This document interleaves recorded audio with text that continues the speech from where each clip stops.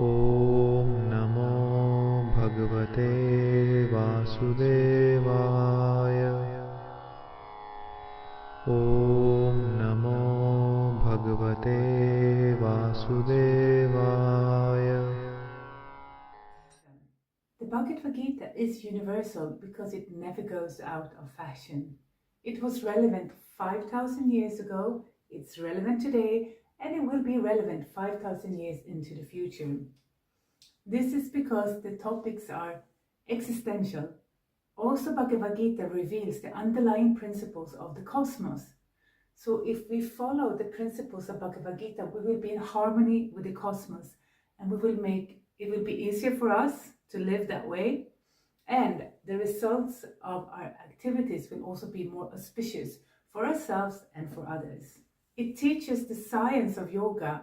Krishna calls yoga the art of all activities, and yoga does not have a time label, or it is always relevant. Perhaps it's adjusted a little bit depending on which time period we are living in, but yoga is always there. Bhagavad Gita truly is a spiritual book that can transform the consciousness of the reader. And for the very serious student of Bhagavad Gita, it can give liberation from the samsara, the cycle of birth and death, after many, perhaps millions of lives.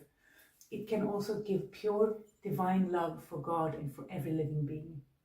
However, if your goal is not just that ambitious, that you want to break free from the cycle of birth and death, or you want to become a pure lover of God, you can still benefit from the Bhagavad Gita, because it also talks about just how to live your daily life in a way that makes it more smooth, with a consciousness that makes your life more smooth.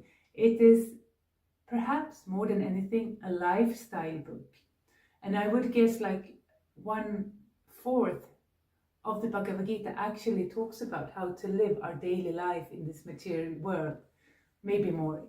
Krishna gives the totality of knowledge, so it's knowledge about the spiritual world and spiritual activities, and it's also knowledge about material energy in the material world, and it's knowledge about how to connect the two of them through the practice of yoga, and it's also knowledge about the source of both the spiritual and the material.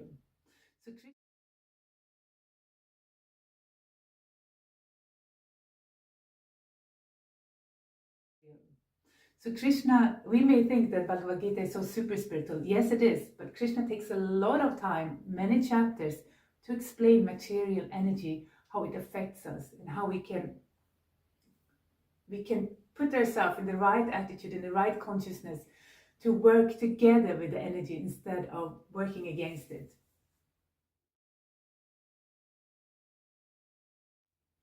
Bhagavad Gita is alive in the sense that it reciprocates with the reader. Therefore, people can read it so many times during their life and still find new and deeper meanings to it. I like very much what I heard a Christian theologian say about the Bible, and I think the same thing surely goes for the Bhagavad Gita. When we are reading the Bhagavad Gita, at the same time, the Bhagavad Gita is reading us. And it's giving us that kind of understanding that we can handle, that we are ready for. So it's a very mystical book, and it's surely alive.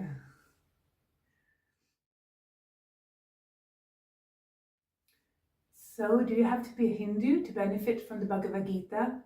The short answer is no. But if you come from an Indian Hindu background, it can be an asset, because you have a culture that actually supports spiritual life.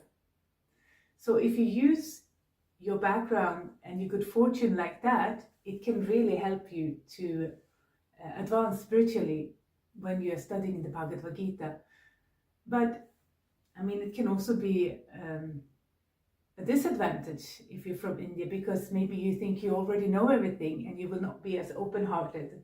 So it depends what you're doing with your background. At the same time, coming from another culture may be a disadvantage, or it can be an advantage. Disadvantage maybe because so many things may be foreign to you, and concepts and maybe cultural expressions and maybe spiritual practices that you're not used to. But it can also be an asset that you don't have any biases or preconceptions of it, so you can listen with an open heart. The point that I want to give here is that Bhagavad Gita is meant for all of humanity. It's a book that is meant to benefit humanity at large. So you don't have to be Indian, or don't have to be from a specific gender or from a specific social group or from a specific ethnicity. Everybody can benefit from the Bhagavad Gita. And I'm confident that Bhagavad Gita has something for everyone, regardless what your expectations are, if they are like, to become really, really elevated spiritually, or just to make your life a little bit easier, or if it's just curiosity. I'm confident that Bhagavad Gita has something for you.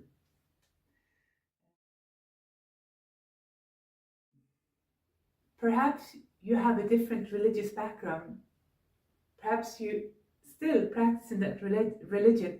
Still, you can read the Bhagavad Gita and benefit from it, because Bhagavad Gita is quite generic in its message. It gives the underlying principles of the universe, underlying spiritual principles, so a pious person from another tradition can understand and appreciate this, and also become inspired by this. Spirituality is universal. There are some principles that are universal, and we may use different language, and we may have different focus in different religious or different spiritual traditions, but some principles are just there that we can understand and appreciate and get inspired by. So I said that Bhagavad Gita is quite generic in its message. What does that mean? That it's like super simple? No, you can go, or you can arrive all the way to highest perfection with the Bhagavad Gita. But still, it's quite generic. There are other scriptures that explain both philosophy, like theology, and the orthopraxy, the rituals, in more detail. So in that way, Bhagavad Gita is called the ABC of spirituality.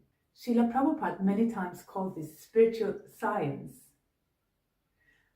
As in science, we have a theory, a hypothesis, we're making some experiments, and we get a result that we evaluate.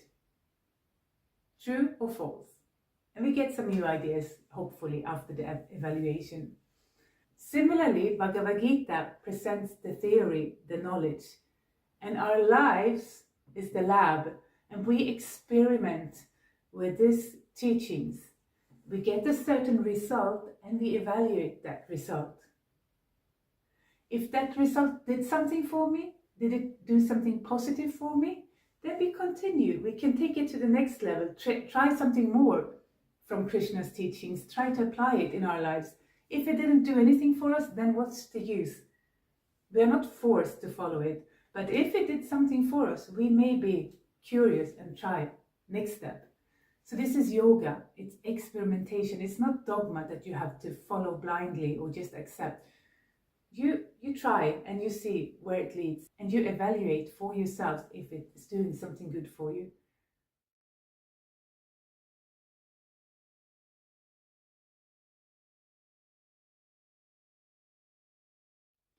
My favorite way of looking at Bhagavad Gita is really like a guidebook.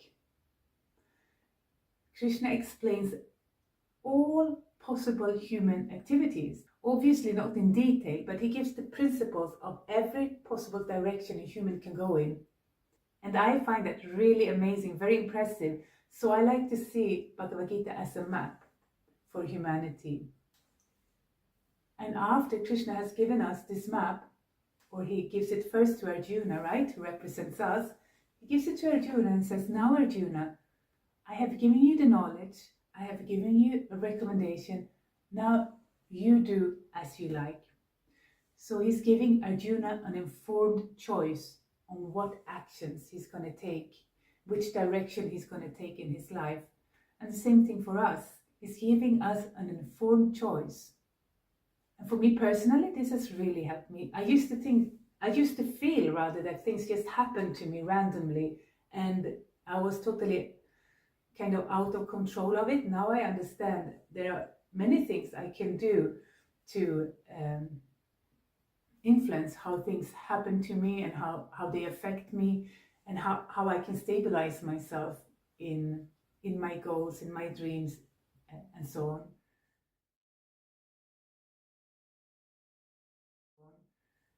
So I am personally, I can testify that Bhagavad Gita has helped me a lot.